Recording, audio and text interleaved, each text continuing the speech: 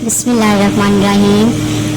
कुरान शरीफ की आखिरी सूरत रोज़ में एक नहायत अहम और इबरतनाक वाक़या बयान किया है। हज़रत सहब बिन सिनान रूमी रज़ी अल्लाह अन्हा से रवायत है कि रसूल सल्लल्लाहु अलैहि वसल्लम ने फरमाया, तुमसे पहले एक बादशाह था जिसके पास एक नहायत आला दर्जे का जादूगर था। वो जादूगर बादशाह का हो मुशीर था। बादशाह अपने हर फैसले में जादूगर को शामिल ज़रूर करता, ये कि वो लोगों को अपनी इबादत पर मजबूर करता और जो ये ना मानता इसे मार दिया जाता। इस ज़माने में चूँकि मज़हब ईसा अलैहिस्सलाम ही दीन हक था, इसलिए ईसाइयों ने यमन का इलाका छोड़ना शुरू कर दिया। मौलवी ने इस यमन के बादशाह का नाम ज़ुलनुवास लिखा है।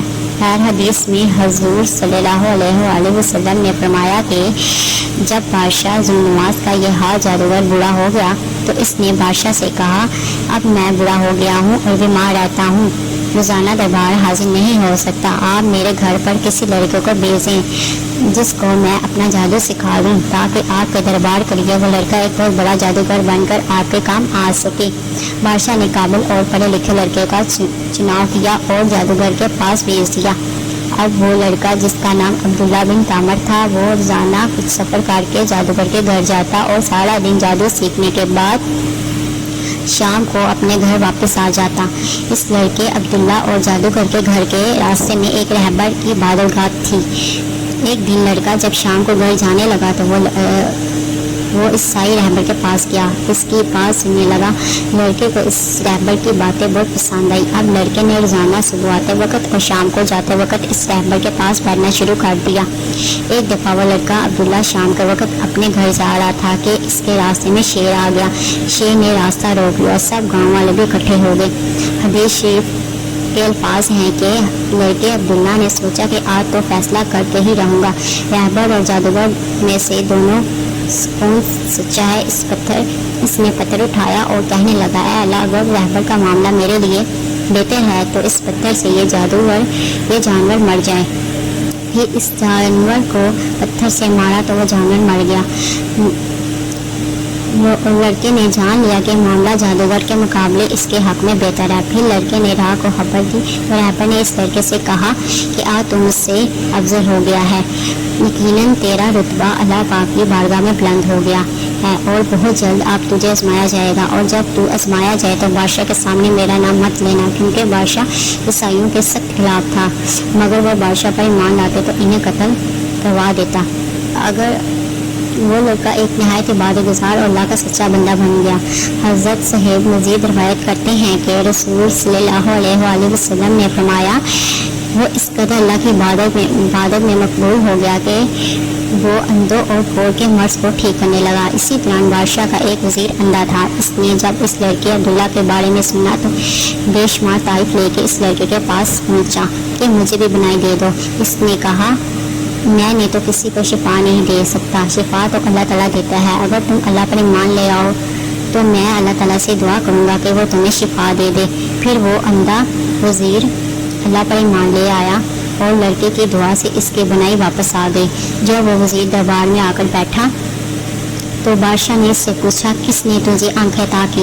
वज़ीर कहने लगा, मेरे रब ने मुझे मेरी आंखें दोबारा अता की। बादशाह ने गुस्से में पूछा कि तुम्हारा मेरे अलावा और कोई रब है? वज़ीर कहने लगा, बेशक मेरा और तेरा रब अल्लाह ताला है। बादशाह ने इसे गिरफ्तार करने का हुक्म जारी किया तो इसने लड़के अब्दुल्ला के बारे में बता दिया। बादशाह ने अब्दुल्ला को दरबार में पेश करने का हुक्म दिया। जब अब्दुल्ला आया तो बादशाह बहुत खुश हुआ और कहने लगा, ऐ लड़के, तुमने बहुत अच्छा काम जादू सीखा है। तुम अंधों और कोढ़ के मर्ज़ को भी ठीक करने लगे हो। लड़के ने कहा, मैं तो किसी को शिफा नहीं देता, बल्कि वो तो मेरा अल्लाह है जो मेरी दुआएं कबूल फरमाता है। बादशाह ने इससे भी गिरफ्तार करवाया और जब इससे पूछा कि मैंने तुम्हें जादू सीखने भेजा था, तुमने ये इल्म कहाँ से सीखा? तो इस लड़के ने रहबर का नाम बता दिया। बादशाह ने इस राह को भी गिरफ्तार करवाया। रहबर को हुक्म दिया करते थे, फिर जा और मुझ पर ईमान ले आ, नहीं तो वो तुझे कत्ल कर दिया जाएगा। इस रहबर ने ना माने तो बादशाह ने आड़ा मंगवाया और रहबर के सर पर मांग की जगह पर रख कर इसके सर के 2 टुकड़े कर दिए। इसके बाद वज़ीर को लाया गया और इसके भी 2 टुकड़े कर दिए गए। इसके बाद बादशाह ने अब्दुल्ला को पेश करने का हुक्म दिया जिससे इसने जादू सीखने भेजा था। वो आया तो इसने भी यही कहा, کہ اپنے مذہب سے گر جا۔ اس نے بھی انکار کیا تو بادشاہ نے اسے لڑکے کو اپنے کچھ ساتھیوں کے حوالے کیا کہ فلاں پہاڑ پر لے جاؤ اور اسے اس پہاڑ کی چوٹی پر چڑھاؤ۔ اگر یہ اپنے مذہب سے پھر جائے تو اسے چھوڑ دینا، اور اگر انکار کرے تو اسے پہاڑ کی چوٹی سے نیچے پھینک دینا۔ چونکہ بادشاہ کے ساتھی اس لڑکے کو پہاڑ کی چوٹی پر لے گئے، جو اس لڑکے نے کہا، اے اللہ، بے شک تو ہی کافی ہے، مجھے ان سے کسی طرح بچا لے۔ بس اس دعا کے فوراً بعد جنگل آیا اور بادشاہ کے سارے ساتھی مارے گئے۔ لڑکا دوبارہ دربار میں پیش پہنچ گیا۔ لڑکے نے جب بادشاہ سے پوچھا کہ تو کیسے زندہ بچا، تو اس نے بتایا کہ مجھے میرے اللہ نے ان سب سے بچا لیا۔ بادشاہ نے پھر اپنے فوجیوں کی ایک کشتی روانہ کی، سمندر میں اس لڑکے کو لے جا کر پھینکاؤ۔ جب کشتی چلی تو لڑکے نے پھر اللہ پاک سے دعا کی، اے اللہ، بے شک تو ہی میرے لیے کافی ہے، مجھے ان سے کسی طرح بچا لے۔ بس فوراً سمندری طوفان آیا اور کشتی الٹ گئی، سب کے سب فوجی مارے گئے، لیکن لڑکا محفوظ رہا اور کسی طرح کنارے پر پہنچ گیا، سیدھا بادشاہ کے دربار میں پہنچ گیا۔ بادشاہ دیکھ کر گھبرا گیا، آخر اس لڑکے کو کیسے قتل کیا جائے؟ چنانچہ لڑکا خود بولا کہ مجھے صرف میرے بتائے ہوئے طریقے سے قتل کر سکتے ہو۔ بادشاہ نے کہا، ایسا کون سا طریقہ ہے؟ اس لڑکے نے کہا کہ سارے لوگوں کو میدان میں اکٹھا کرو اور مجھے سولے کے تخت پر لٹکاؤ، میرے ترکش میں ایک تیر کو پکڑو، پھر اس تیر کو کمان کی وسط میں رکھو اور پھر کہو، پھر اس اللہ کے نام سے جو اس لڑکے کا رب ہے، پھر مجھے تیر مارو گے تو تم اس طرح کرو گے تو مجھے قتل کر سکتے ہو۔ پھر بادشاہ نے لوگوں کو ایک میدان میں اکٹھا کیا، اس لڑکے کو سولے کے تخت پر لٹکا دیا، پھر اس کے ترکش میں ایک تیر نکالا اور پھر اس تیر کو کمان کے بیچ میں رکھ کر کہا، اللہ کے نام سے جو اس لڑکے کا رب ہے، پھر وہ تیر اس لڑکے کو مارا تو وہ تیر اس لڑکے کی کان میں جا گھسا، تو لڑکے نے اپنا ہاتھ تیر لگنے والی جگہ پر رکھا اور مر گیا۔ تو سب لوگوں نے کہا، ہم اس لڑکے کے رب پر ایمان لائے، ہم سب اس لڑکے کے رب پر ایمان لائے، ہم سب اس لڑکے کے رب پر ایمان لائے۔ بادشاہ آیا اور اسے کہا گیا، جس سے تو ڈرتا تھا وہی ہوا، یعنی لوگ ایمان لے آئے۔ بادشاہ نے گرمیوں کے دہانے پر خندق کھودنے کا حکم دیا، پھر خندقیں کھودی گئیں اور ان خندقوں میں آگ جلا دی گئی۔ بادشاہ نے کہا کہ جو شخص اس لڑکے کے دین پر سے نہ پھرا، اسے خندقوں میں دھکیل دیا جائے۔